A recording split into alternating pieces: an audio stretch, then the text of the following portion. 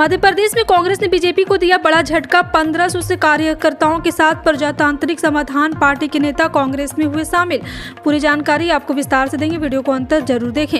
बता दें कि मध्य प्रदेश में विधानसभा चुनाव के नजदीक आते ही अलग ही अंदाज में एक पार्टी से दूसरी पार्टी में नेताओं के जाने का क्रम जारी हो चुका है।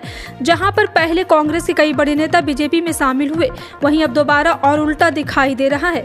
इसमें बीजेपी से जुड़े या बीजेपी को समर्थन दे चुके कई नेता अब सरकार से नाराज होकर कांग्रेस का रुख अपना रहे हैं। जी हां, आपको बता दें कि यहां पे सरकार और संगठन की बेरुखी के चलते उन्होंने अब कांग्रेस का दामन थामने का मन बना लिया है।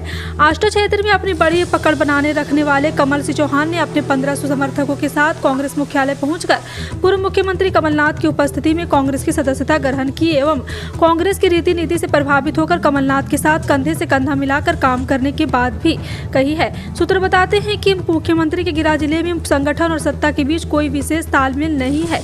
यहाँ पर संगठन और सत्ता के रवैयों को लेकर कई नेता कुछ वर्षों से खासे नाराज बताए जा रहे हैं। एक और जहां कांग्रेस आष्टा विधानसभा में अपनी स्थिति मजबूत करने में जुड़ी है, वहीं दूसरी ओर बीजेपी अपनी जमीन बचाने में थोड़ी सी नाकाम दिखाई दे रही है।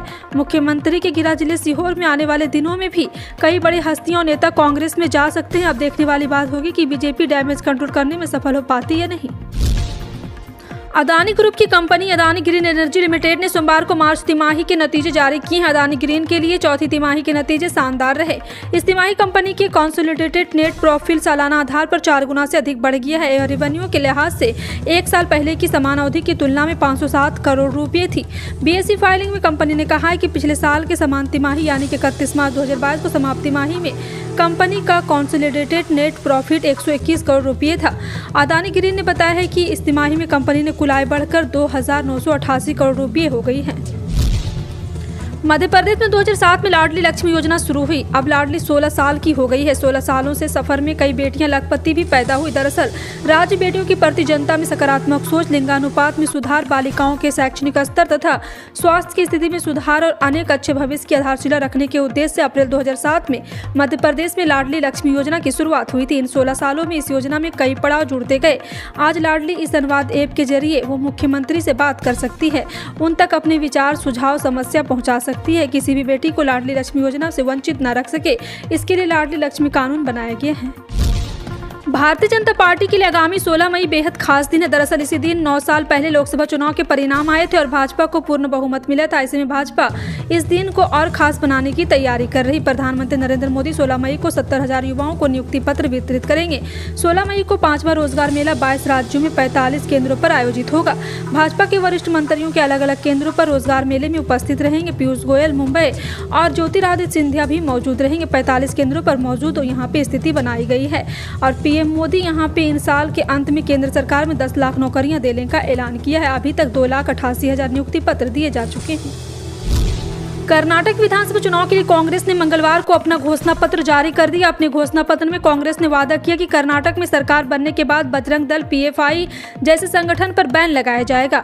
कर्नाटक राज्य सड़क परिवहन निगम में सभी महिलाओं के लिए मुफ्त यात्रा सुविधा दी जाएगी। न्यू एजुकेशन पॉलिसी को रद्द कर राज्य शिक्षा नीति को लागू किया जाएगा। इसके अलावा 63 सीमावर्ती तालुकों में कन्नड़ भाषा और संस्कृत का विकास किया जाएगा। सभी समुदायों की आशाओं, आकांक्षाओं को समायोजित करने के लिए आरक्षण की अधिकतम सीमा 50% से बढ़ाकर 75% किया जाएगा। इस दौरान कांग्रेस प्रमुख मल्लिकार्जुन खड़गे, कर्नाटक के पूर्व मुख्यमंत्री सिद्धारमैया, राज्य इकाई के अध्यक्ष डीके शिवकुमार, घोषणा पत्र समिति के अध्यक्ष डॉक्टर परमेश्वर जी सहित पार्टी के अन्य नेता उपस्थित रहे।